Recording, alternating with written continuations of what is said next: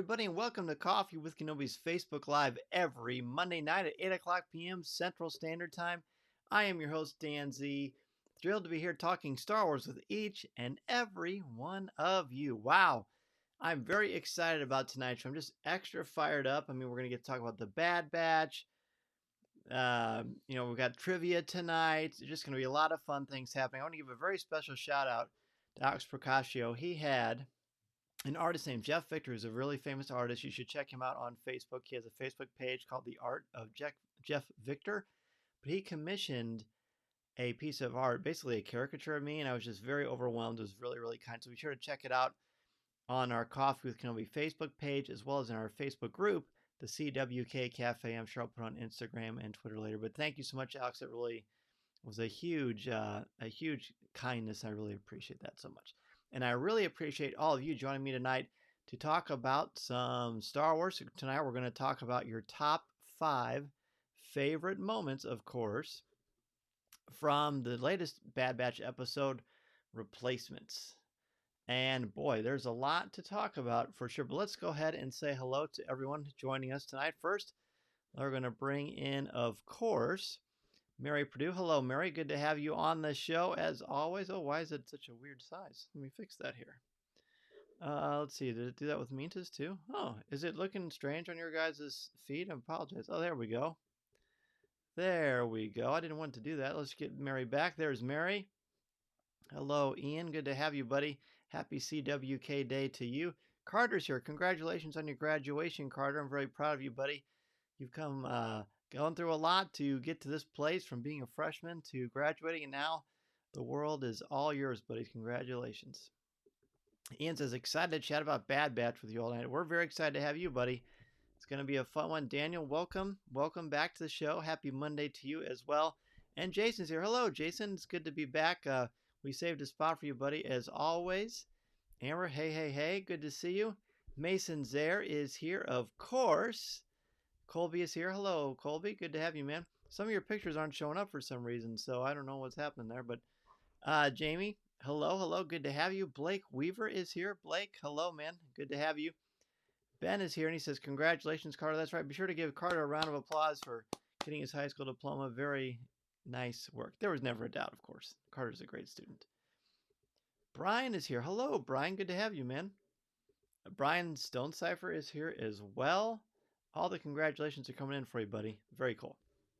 All right. So as far as what's brewing in the world of Star Wars this week, I'll hit the intro.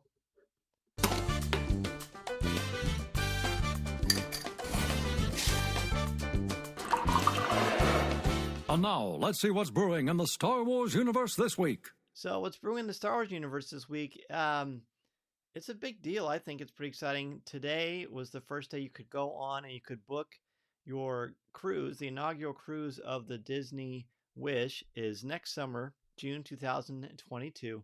So you've got a long time to wait, but it was open for people to start to book this if they wanted to go on one of the first voyages, but you can only do it through travel agents. I think that you had to have a certain status, have been going on a certain amount of cruises specifically.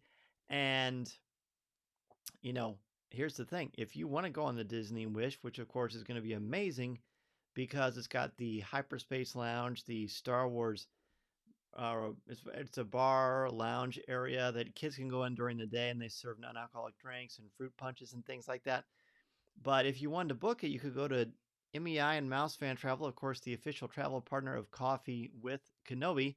Now, for you to do that, you go to www.coffeewithkenobi.com/mousefantravel, and that's how you can get access. They've got a lot of great stuff going on.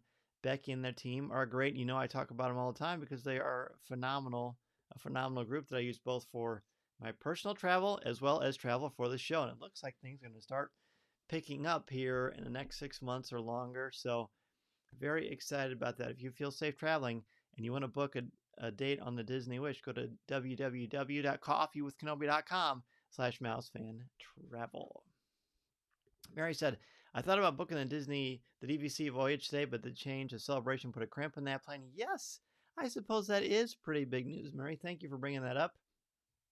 Tom says, Disney Cruises is the best. I love them. Deanna's saying hi. Mason says hi back, Tom. It's so fun. Yeah, so celebration has changed. I forgot that we didn't talk about that on the show. Time kind of flies all blends together. My oldest graduated from college this weekend at the age of 21. He's graduated from film school in Columbia, so congratulations to Peyton. What a phenomenal young man you are. Wow. So proud of you, man. Who knows where the world's going to take you? Speaking of amazing graduates, very cool. All right. Let's see what's going on here. Oh, look at this. Clint says hi from Sweden. Well, hello, Clint. It's so nice to have you, my friend. What an honor it is to have you having a cup of coffee with us here on Coffee with Kenobi. Amazing. And Amber says she's Swedish as well. How about that? All right. So it's barely a year away, but celebration got moved to May. It was going to be in August of 2022. Now it's the end of May 2022. I believe it starts the 26th to the 29th. Yep, I think that's right. So you can guarantee that I'm going to be there. You can guarantee that Coffee with Kenobi is going to be there. Already the wheels are in motion for things we're going to do at Celebrations. We're very excited about that. And again, Becky Entertainment, MEI, and Mouse Fan Travel is who I am going to use to book my vacation to Celebration. Keep your eyes open to this spot and on our social media as well as on MEI, because we're going to try to help you get to Celebration. So who knows? It's gonna be fun. It's gonna be really, really fun. And Amber says the earlier the better. I'm excited for Celebration to move up. I don't have to use vacation time. I'll be out of school then. I get to see my friends earlier. There's the stuff at Disneyland, the Star Wars After Dark. They haven't officially talked about yet, but they did say when they had postponed it earlier that they were going to have that back during Celebration again. So Blake says 99% chance me and the wife will be there. Blake, that'd be great, dude. I'd love to see you again. That was the first and only time I actually got to hang out with Blake, and he came to the Celebration podcast stage. Stay tuned. I'm telling you, a lot of fun stuff's going to be happening at the next Celebration. I hope to see all of you there. All right. Let's go ahead and jump into our top fives. Again, tonight's top five is top 5 moments from the Bad Batch episode Replacements. What an episode this was. We're going to record our actual review of it later, but we're going to start with that right now. Top 5 moments from the Replacements.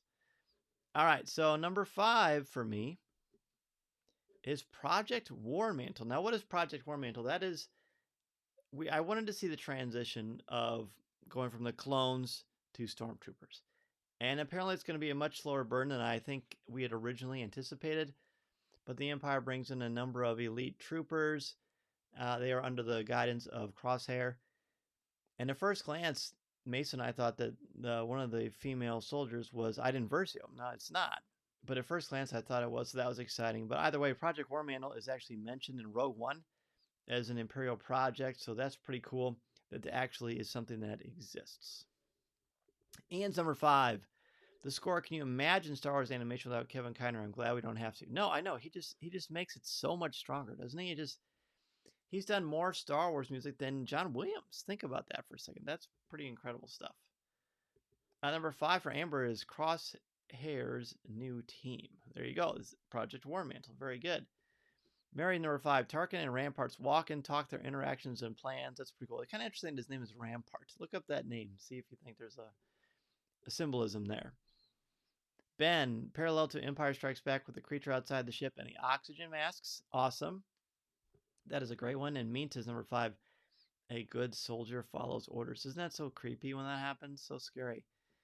Number 5 for Jason. Tech and Echo. I love their teamwork, partnership, and banter. And it's certainly on in full display here. Number 5 for Blake. He's with Ian. Loving the musical scores. Great. Carter Wrecker understand that Omega is part of the team. I like that too. I think there's some special stuff there.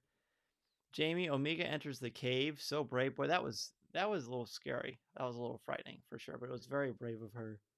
No doubt about that.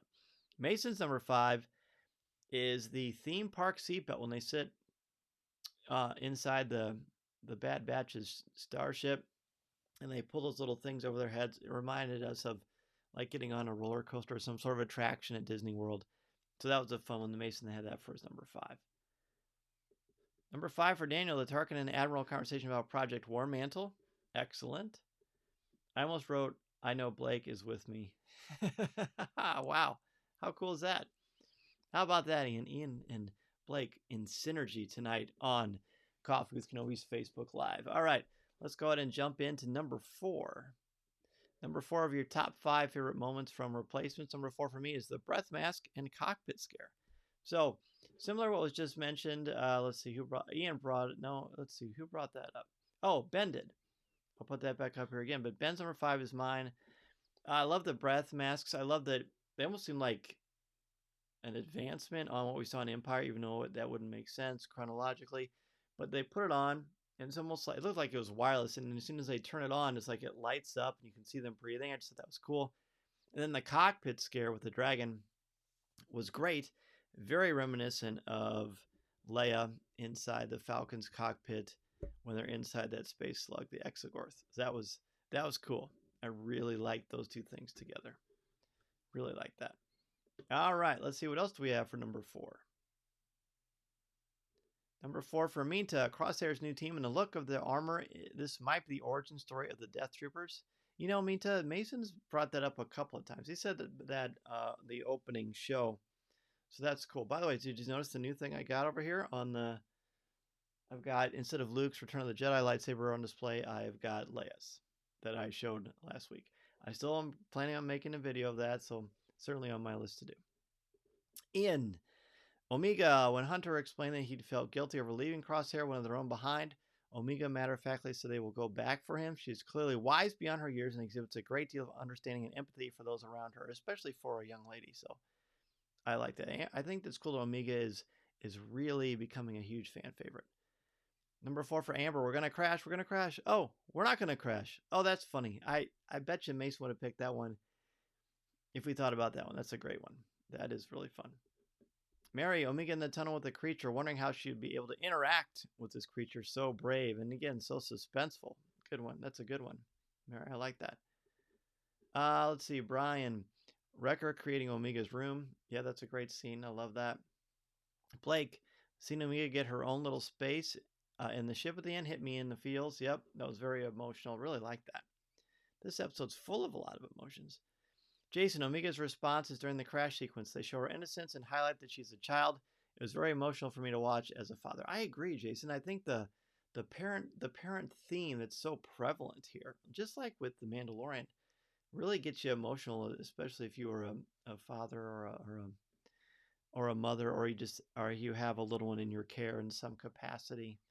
Yeah, I totally agree. Totally agree. Mary's laughing. Amber, yours, and she says another happy landing. So there you go. That's funny. More synergy with our friends here. Daniel, Crosshair's lethal and visceral killing of his own squad member. Wow, that scene was harsh. Yeah, I'm going to talk about that one later. That was very intense. Number 4, Crosshair pauses when entering his own barrack with his new team. He's starting to miss his old comrades a bit. That's a good one, Ben. I watched that in the last hour or two, I think I would have put that on there. I like that as well, because it shows that he's not full on. There's a part of him that's in there somewhere. Oh, excuse me.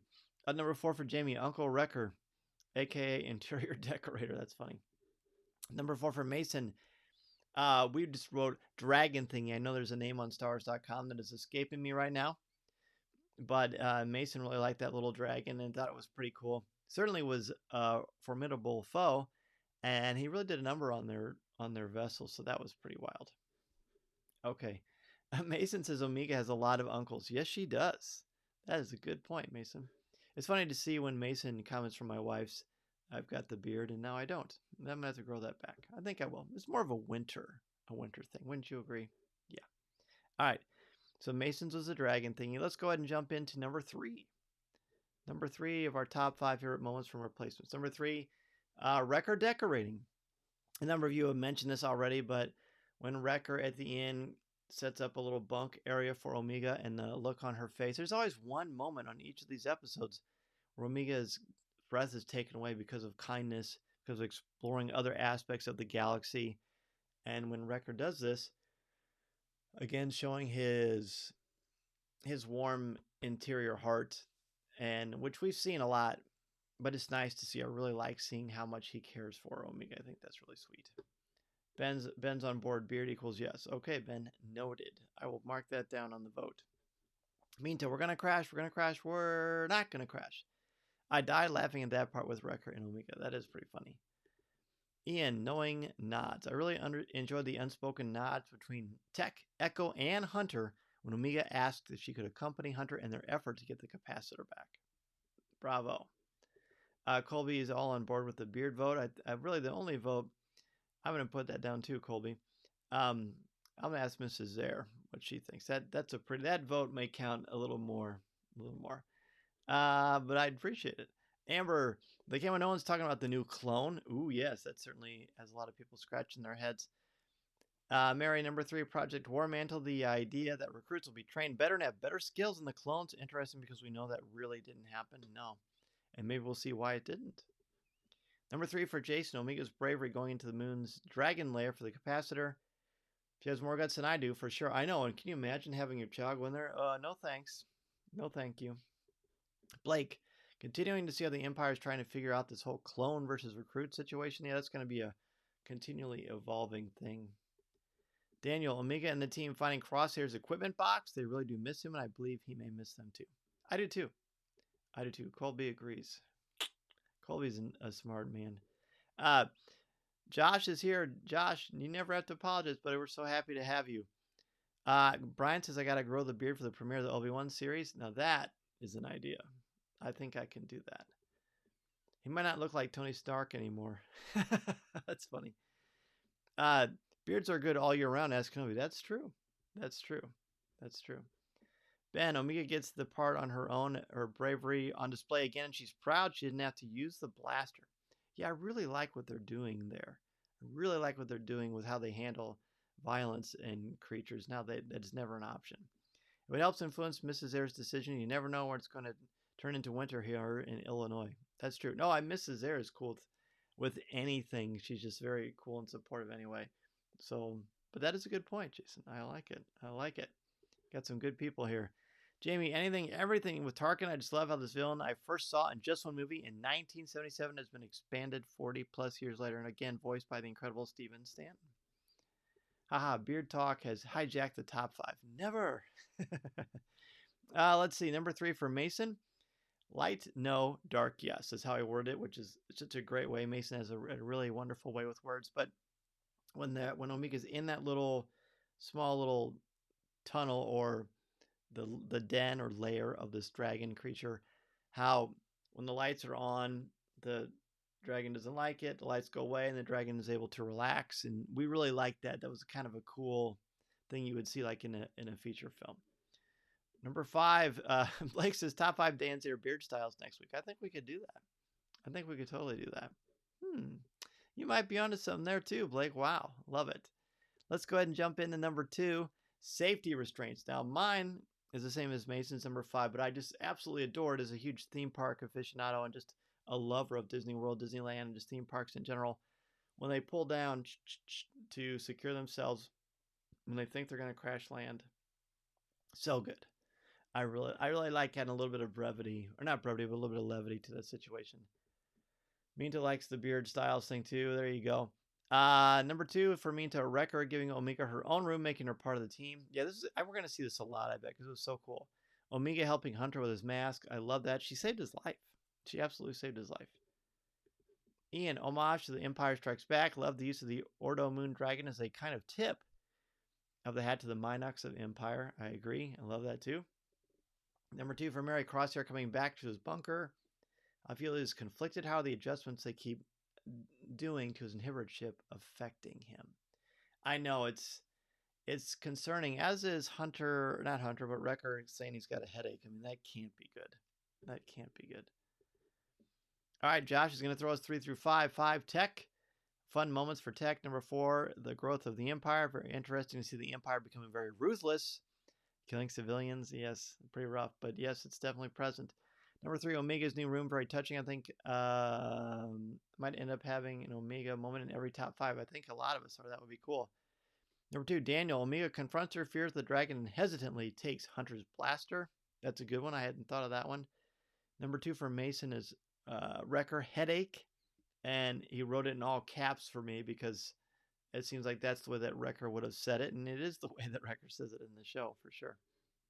Mary's also worried about Wrecker's headaches. It just can't be good, can it, Mary? I don't think Advil's going to help with this one either. Number 2 for Ben, the new trooper stands up to Crosshair. He loses his life for it. He's a bit of a martyr. If only the other troopers were like that. And I was surprised by that because the way he was challenging Crosshair, I thought this would be kind of a rivalry continuing through the series, but not so much. Maybe 10 minutes of it, if that. Blake, the Imperials taking out the insurgents. I know it was horrible, but the fact that they won't pull punches with this show really is adding a lot of weight to the storytelling. I agree, which brings me to my number 1. And when this happened, whoops, well, that's next week's top 5. Well, spoiler. When the number 1 thing happened, I said out loud, well, that's definitely not my number 1. But then I thought about it. It's not my favorite moment, but these are top 5 moments. Good, bad, or indifferent.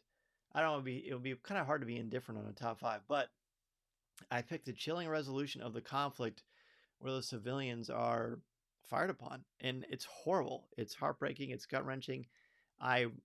If had I known, I would have probably had Mason close his eyes, even though they didn't show anything.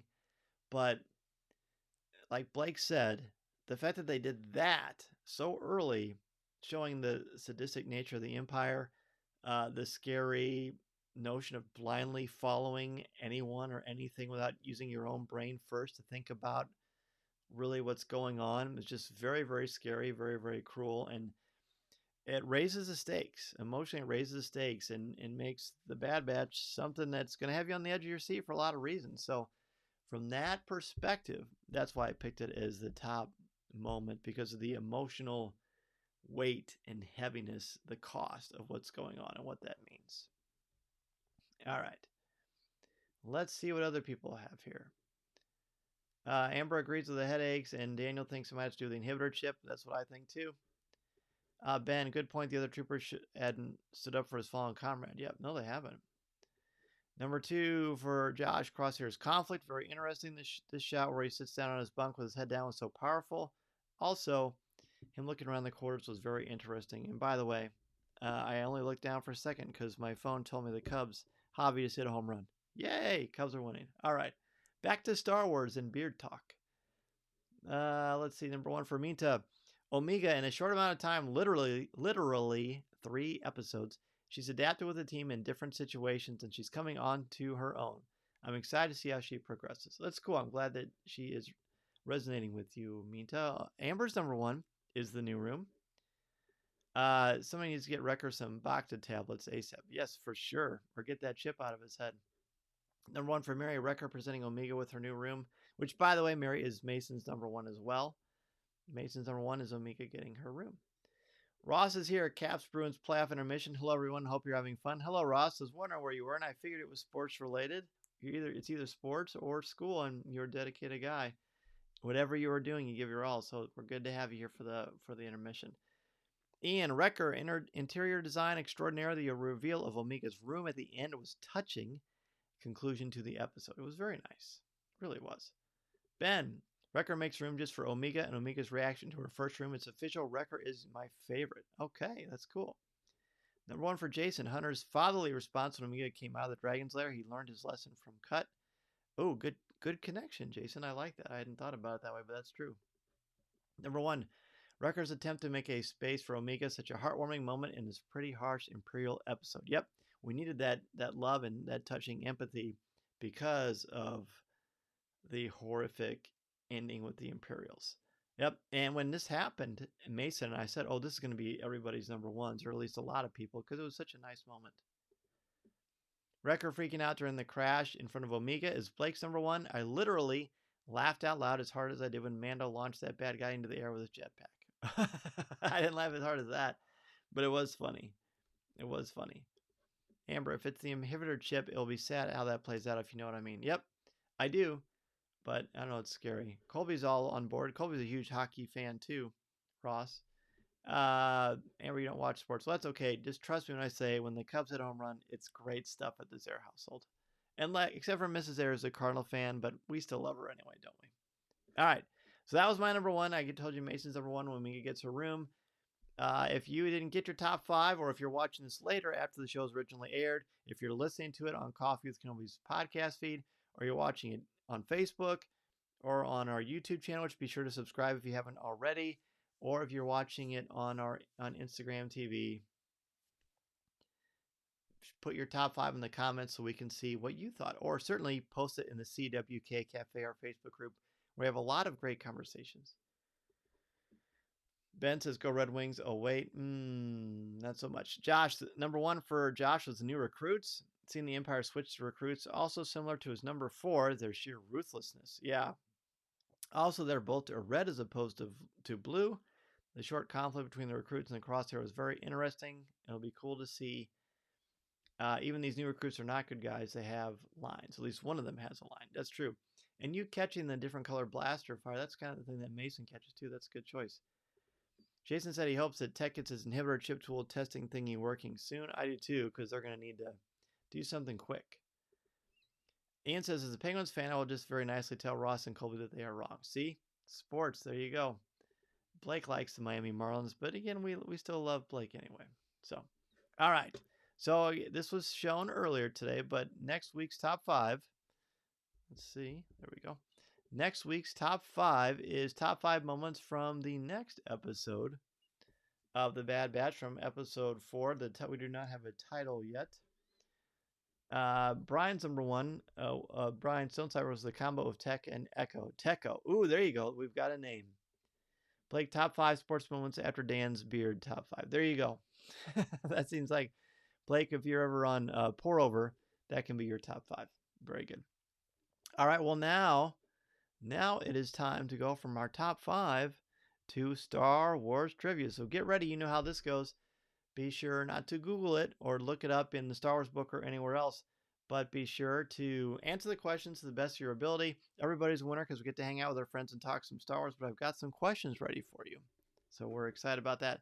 By the way, next month's trivia in June is going to be very fun because Mason and I are going to write the questions. Mason is going to, probably to be mostly Mason, but he's going to write questions based on Star Wars, the Clone Wars.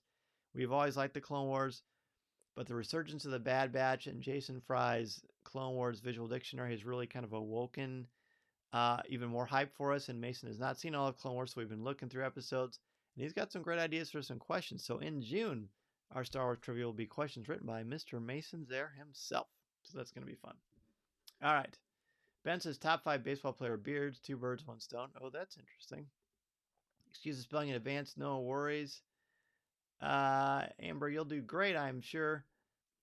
Ross says Mason Trebek from Jeopardy. That's right. Okay, number 1. First question for tonight. What borrowed item does the medicine man brandish in the Ewok village? What borrowed item does the medicine man brandish in the Ewok village? Brandish, of course, means what does he suddenly show that he has? Mary says June trivia will be fun. You go, Mason. Can't wait. I'm excited for his questions as well. But tonight's question, the first one, what borrowed item does the medicine man brandish in the Ewok village? Jason has a guess. He says Luke's lightsaber. Josh says COVID vaccine. I think that's an anachronism. That didn't quite happen just yet. But clever. Very clever, Josh. All right, so we've only got one, let's see, 2 guesses now. Bacta tablets. Blake says lightsaber. Ian says a trooper helmet. Okay, that's some good. We've got a variety of guesses, so that's interesting. The trooper helmet was what Ian just said. Again, the last time, what borrowed item does the medicine man brandish in the Ewok village? Daniel says a lightsaber. Minta says a lightsaber. Mason says my nose. That's actually right. No, it's not right. That's a really clever guess too. Amber says lightsaber. Mary says a lightsaber. Brian says a lightsaber. Colby's going on an ice cream run. Does anybody want to share what they want so Colby can pick up ice cream for us? Colby, I like hot fudge sundae with a little bit of peanut butter syrup. Mason probably wants a blizzard, but we'll get back to you. Well, I'll text you what we want. Hey, have fun, man. Thanks for joining us tonight. All right. So again, what borrowed item does the medicine man brandish in the Ewok village? The answer is Luke's lightsaber. Luke's lightsaber. Okay. Let's see.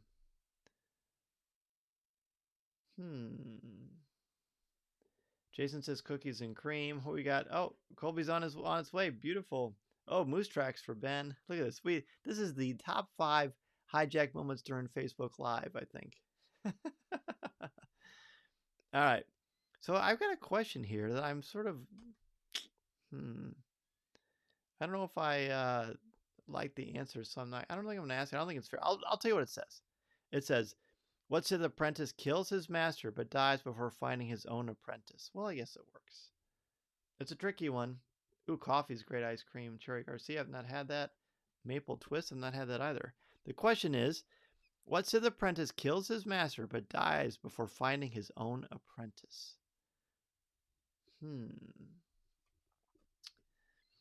Ian says Maul. Okay, good guess. It's a good start. Carter says Lord Vader. Okay, good guess. But now Ian is taking his answer back. Okay. No problem. Hey, there's Alex, man of the hour. Thanks again, my friend. I really, really appreciate you and your generous gift today. I gave you a shout out at the very top of the show. Let's see. Minta says Maul. Ian's laughing here. Mary says Vader. Ben says Vader? Vader? Got the question mark / exclamation point. Blake agrees with Vader. Mason waiting on your guess too, buddy. Oh, the question was, what Sith apprentice kills his master but dies before finding his own apprentice? Josh says Vader, kinda. Mason says Vader. Jason says Vader. That's a tough one. I think it's a very tough one. It's semantically, I think this one is really tricky. So the what Sith apprentice kills his master but dies before finding his own apprentice? Darth Vader. So the reason this is tricky to me, and Brian and Amber got it right as well, is this was written around the time of Revenge of the Sith. So yes, that's true. But does it count? When we look at some of the comic stuff, I don't know that Vader really has an apprentice per se. Kylo Ren could count. No, because Kylo Ren is not a Sith. That's the trick. That's the real trick there. Josh, Darth, the guy in the orange jumpsuit with the ice cream maker? Not so much. Not exactly. Hey, James, no problem, man. Share your top 5 on our CWK Cafe or on our Facebook group or even right here. Happy to have you, my friend. Very happy to have you. All right, next one. What institution? And we're looking at specifics here. What institution does Luke desperately want to transmit an application to in A New Hope? So Amber brings up Vader Immortal. That's a good call. Ben says he doesn't get a Sith apprentice, but he doesn't die a Sith. So I know. See, I'm not sure about that question. But this question, what institute does Luke desperately want to transmit an application to in A New Hope?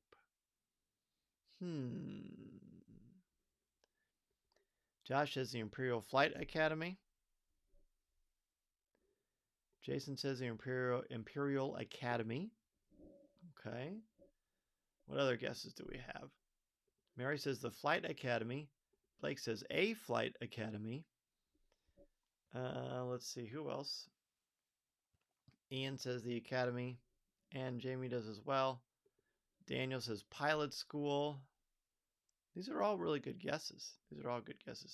Jar Jar Academy. No Imperial Flight Academy. Amber says Imperial Flight Academy. Mita says the Flight Academy. What the answer is, that's a clever answer too. Ben remembers the Academy, and Brian says the Academy. The answer is the Academy. But I was going to transmit my application to the Academy this year. Luke says the Academy. Alex has it. Brian has it. Alex, I think I'm just going to post this over and over again, even if it's not the right answer, because your little baby boy is so adorable. Like, seriously, cutest baby. Love it. All right, next question. Who blames Queen Amidala for the presence of battle droids on Naboo?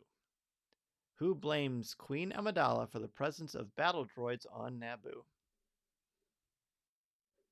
No, I don't think you overthought it. I think it's a confusing question, Josh, so I don't blame you. I don't blame you one bit. It says, what Sith apprentice kills his master or dies before finding his own apprentice? According to this card, it's Darth Vader. So it's a tricky one. But the current question is, who blames Queen Amidala for the presence of battle droids on Naboo? Jason says Boss Nass. Any other guesses? Any other guesses for the question? Ross says Boss Nass. Carter says the Gungan King. Not sure what his name is. Of course, man. Of course. Minta says Boss Nass. Amber says Boss Nass. James says Boss Nass. Brian says the Bombad. Boss Nass flames for the machines. Mary says the Gungans. Ian says Newt. Mason says Boss Nass. Ben is torn between Boss Nass and Captain Panaka. Gonna go with Nass. The answer is Boss Nass. Bravo. That was probably the highest percentage of people got that one correct. So nice job. Okay. Oh, I don't know if I'm gonna. That one's too easy. I'm not gonna ask the easy ones. I'm here with Star Wars experts. I can't give you easy questions. Okay. Who is C-3PO's master before his escape pod lands on Tatooine? Yeah, Jason says nice use of bomb bad, Brian. I was impressed with that as well. This question is who's C-3PO's master before his escape pod lands on Tatooine? Good question. Josh says Bail Organa. Okay, very good. Ian says Captain Antilles. It's okay. Bombad's a tricky one to spell. Ross says Leia. Josh says the same thing. Mary says Captain Antilles. Blake says Leia. Jason says Captain Antilles. We got a couple of good possibilities. Amber says Leia as well. Ben says Bail and Leia Organa. Minta says Captain Antilles. Mason says Leia. Daniel says Anakin. Whoa. Interesting. So who is C-3PO's master before his escape pod lands on Tatooine? The answer is Captain Antilles. Our last master was Captain Antilles. That's what C-3PO says when they're on Tatooine itself. Let's see. Oh, what does the Emperor tell Luke he's allowed the rebels to learn the location of? This is going to be the last question for tonight. Wait, I thought he said in New Hope Antilles, but it wasn't Bail. Wasn't it Bail and Rebels? But I don't think it's Bail, or it's not Bail Organa at this point. No, it's definitely Antilles. And Rebels is well before, so who knows if they've exchanged hands by then? That's a good one. That's a good question, Josh. We'll have to look into that. So the last question is, what does the Emperor tell Luke he's allowed the rebels to learn the location of? What does the Emperor tell Luke he's allowed the rebels to learn the location of?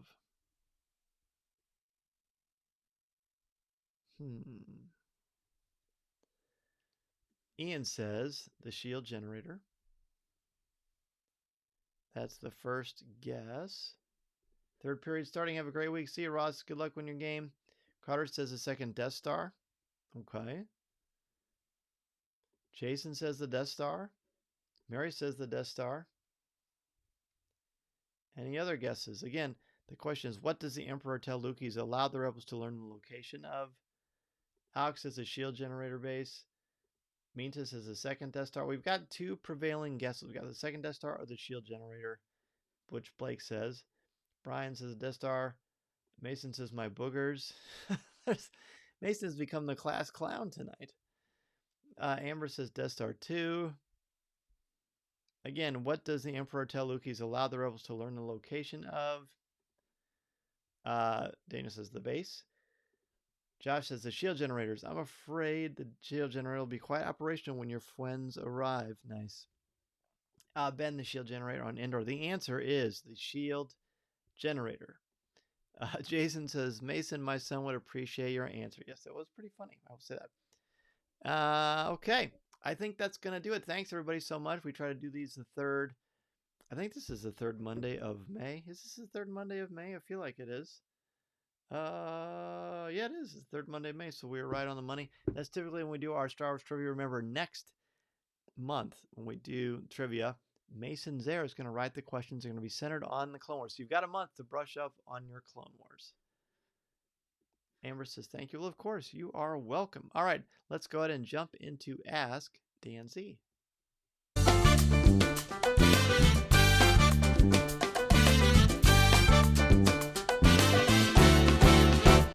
So Josh Bryan clears it up for us. Thank you, Brian. In Revenge of the Sith, Bail gives the droids to Captain Antilles and tells them to wipe C-3PO's memory. That's right. All right. Yes, we're in Ask Dan Z. If you have any questions for me about Star Wars, about different things with Coffee with Kenobi, podcasting, whatever, this is your chance to ask away. We've got a few minutes here as we're wrapping up the show. I hope everybody got a chance to listen to our coffee. If you're a member of the CWK Alliance, you get access to CWK Pro. This week, it was our favorite CWK live coverage moments. It was me, Corey, and Tom actually here in the studio where I'm filming, where I do Facebook Live every Monday night and have been for over a year now. But the three of us got together. Corey just moved to Tennessee, but before he left, we got together and did the show live, and boy, was it fun. There's a lot of laughs, a lot of behind-the-scenes stuff, so be sure to check that out. If you want to join the CWK Alliance and get access to CWK Pro, be sure to go to our Patreon page or www.coffeewithkenobi.com/CWK Alliance. Let's see. Jason says, really enjoy this community. It's definitely a bright spot in my week. Well, Jason, we appreciate and thank you for being such an important part of it, my friend. Do I have any plans for May the 25th since it's the Star Wars anniversary? You know, I haven't thought about that yet. What is that? What day of the week is that? I'm probably doing something for the show, but I have been thinking about that for sure. So Ian says, other than the obvious, seeing everyone, what are you most looking forward to the celebration? Honestly, the thing I'm most looking forward to, I can't say yet. But ask me again when we're closer to it, Ian. I will be happy to tell you because it's something that's going to be really fun for sure. Blake, what pre-order figures do I have this moment on order? I have the Vintage Collection Darth Maul and Ahsoka Tano from Season 7 of Clone Wars. Those are the ones I'm the most excited about. Those are my pre-orders. And the rest of the Bad Batch Black Series figures too. What about you, Blake? Amber wants to know how many Legacy lightsabers I have. I have 4. I have Leia and Luke from The Rise of Skywalker. I have Kylo Ren's, and I have Luke's from Return of the Jedi. And then I also have the one that I built at Savvy's workshop too. But that's not a Legacy lightsaber. Let's see. Alex, what Disney Plus Star Wars show that is coming up are you most looking forward to? I guess Kenobi. I mean, I really want to say Ahsoka, but I'm not quite there yet. I liked Rosario Dawson's take, but it's still hard for me that it's not Ashley Eckstein, and I probably just need to get over that. But that, I would say right now, Kenobi. Everyone needs to get on Patreon and support Coffee with Kenobi. Well, I would certainly love that, Blake. When you're a member of the CWK Alliance and you join Coffee with Kenobi's Patreon page, every month you get 4 exclusive podcasts, 4 exclusive videos, depending on the level.